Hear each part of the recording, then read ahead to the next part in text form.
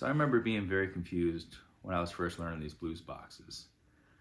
You know, at the time I knew my minor pentatonic really well. I even knew that blues scale where you learn your first blue note, that flat fifth. And eventually I learned that first blues box. And then I had heard you got to learn the BB box too.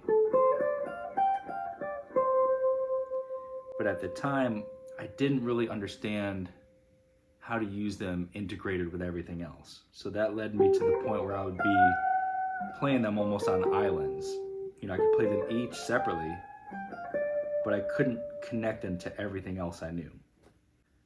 So the point of this lesson is to try to show you how to connect these blues boxes to the rest of the guitar, so you're just not stuck in blues land and you can kind of get out of it when you need to.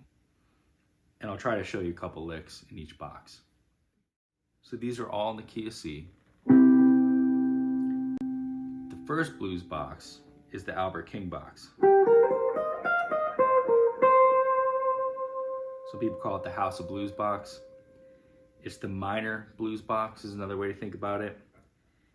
Or you can think about it that it comes from the D minor shape. If you're thinking cage, just the D minor shape. So the C note's right here, there's your D minor shape, there's a D minor shape. And so the full pentatonic that comes from is this shape here.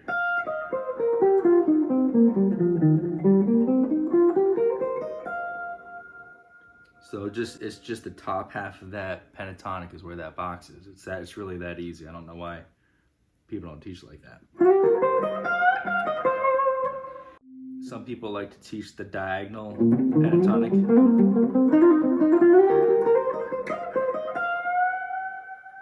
And that blues box just lives at the top of that diagonal pentatonic. So if you know your pentatonics, or you're caged, then you know how this all connects.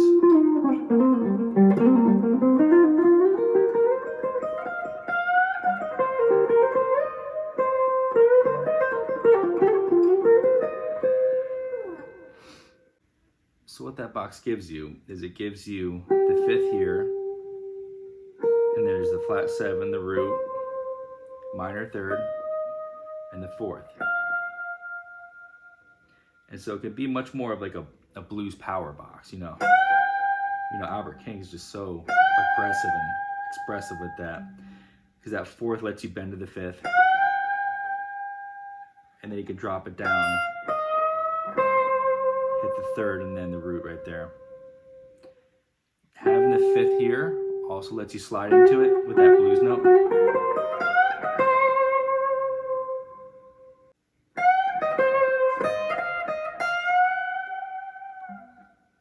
So one thing I learned recently about the Albert King box is that when you bend to the fifth, when you come back down, you don't want to bring it all the way back down to the fourth. You almost want to keep it bent a little bit into that blue zone. You can see that subtle difference there, right? Versus just, it's a lot different. And that's kind of a big blues thing, is all those little microtonal stuff. So yeah, this box gives you the flat fifth here.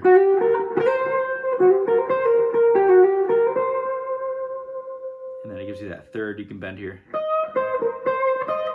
Get those micro bends there. And then of course, as I just showed, you got that big Albert King power bend there.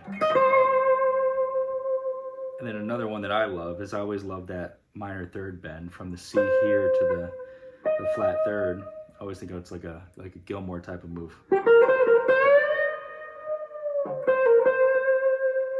And that lives in that box too.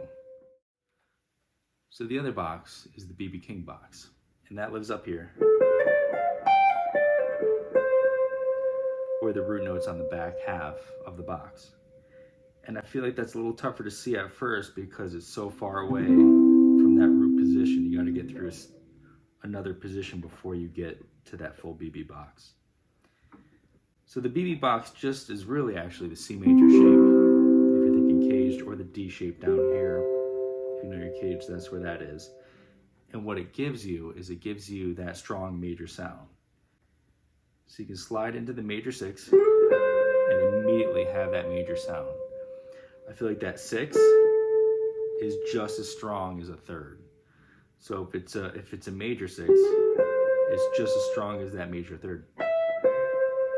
Whereas if it's a flat 6, that's just as strong as a flat 3rd. So yeah, it gives you that 6. And then the 2nd here is the bend note. Because you can bend that 2nd straight to that major 3rd.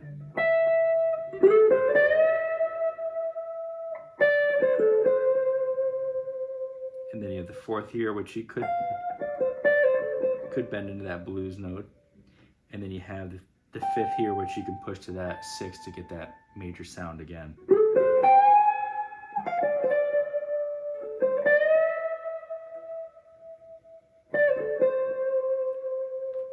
One common move that you see a lot of players do, I know David Gilmour does it a lot, is when you go from the root and then you jump to the 5th, but instead of holding that 5th, you're going to bump it right up to that 6. And that gives you a great kind of jumping point to solos. The other BB move is you're going to go, you can push it to the 3rd, and then up a little microtone to that major 4, then back to the 3rd.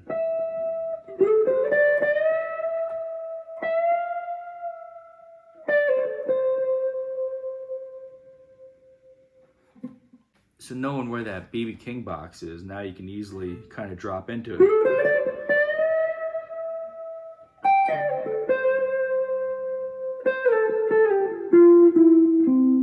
And then easily move around the fretboard to get around.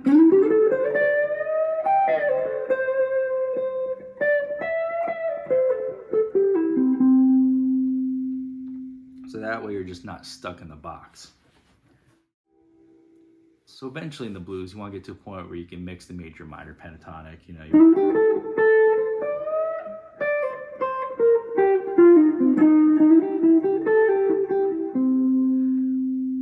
And with the blues boxes, I feel like it's a little tough to do it with the Albert box.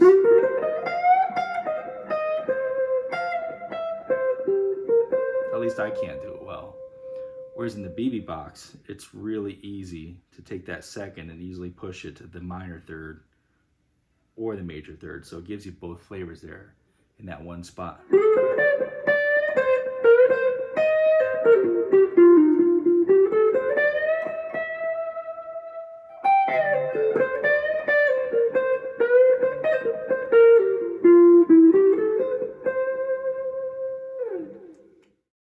So that's how I see the blues boxes. I think it's worth a little bit of time to connect the blues boxes to the rest of what you know, so that way you can fluidly move in and out of them. You're not just stuck on an island in the blues box.